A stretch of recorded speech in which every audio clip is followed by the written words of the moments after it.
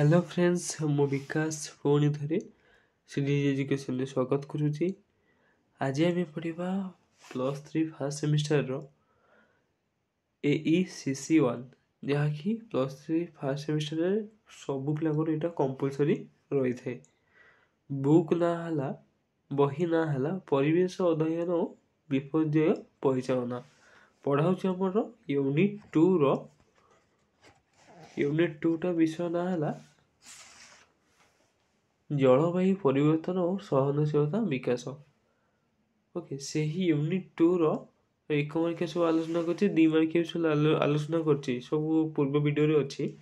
एटा हला 3 मार्किया एटु सब सारटे प्रत्येक प्रश्न रो 75 शब्द मध्ये हेबा उचित।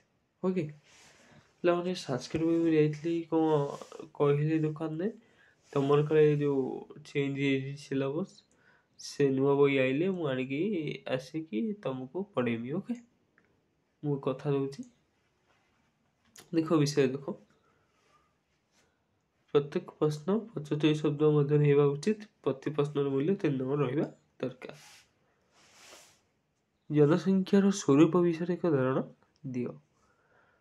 जनसंख्या वृद्धि विभिन्न कारक उपर निर्भर करिଥାଏ सेगुड़िक हला जन्महार मृत्युहार घनत्व इत्यादि।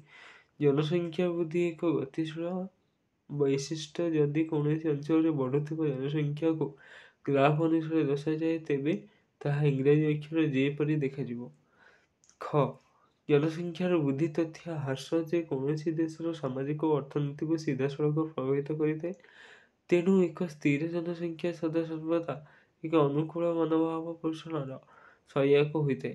स्थिर जनसंख्यार पृष्ठपोषकता संपर्क में समस्ते प्रत्येक व्यक्ति विशेष सचेतन होगा आवश्यक। ग जनसंख्या वृद्धि प्रारंभिक अवस्था अति मंथर होता है। यह को मंथर अवस्था कह जाए थरे परिसंस्था प्रतिष्ठित होगा पर यही संख्या द्रुत गति वृद्धि पाए यह को द्रुत अवस्था कह जाए।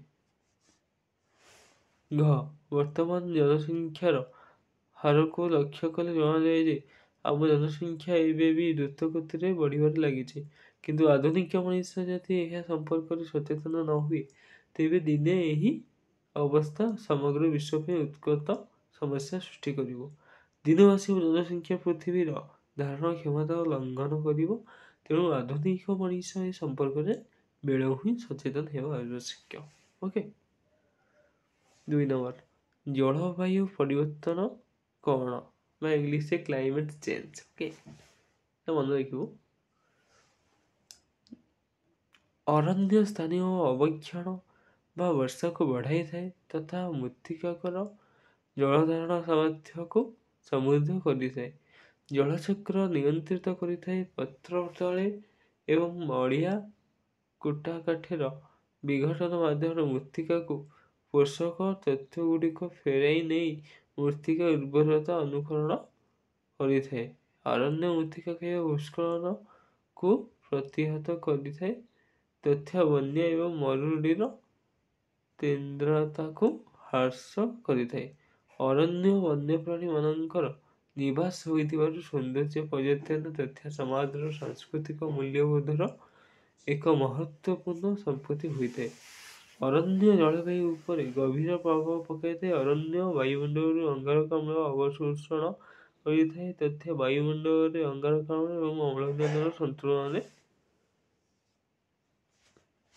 नेक्स्ट पेज सेटा अच्छी सेटा मु तुमको पढ़ी कही नेक्स्ट वीडियो मोर अपेक्षा कर आसवा पर्यंत। ओके ये पिला मोर वीडियो सजाई जय जगन्नाथ वंदे उत्तर जननी। ओके मोर पिला जब भूल क्षमा कर दो।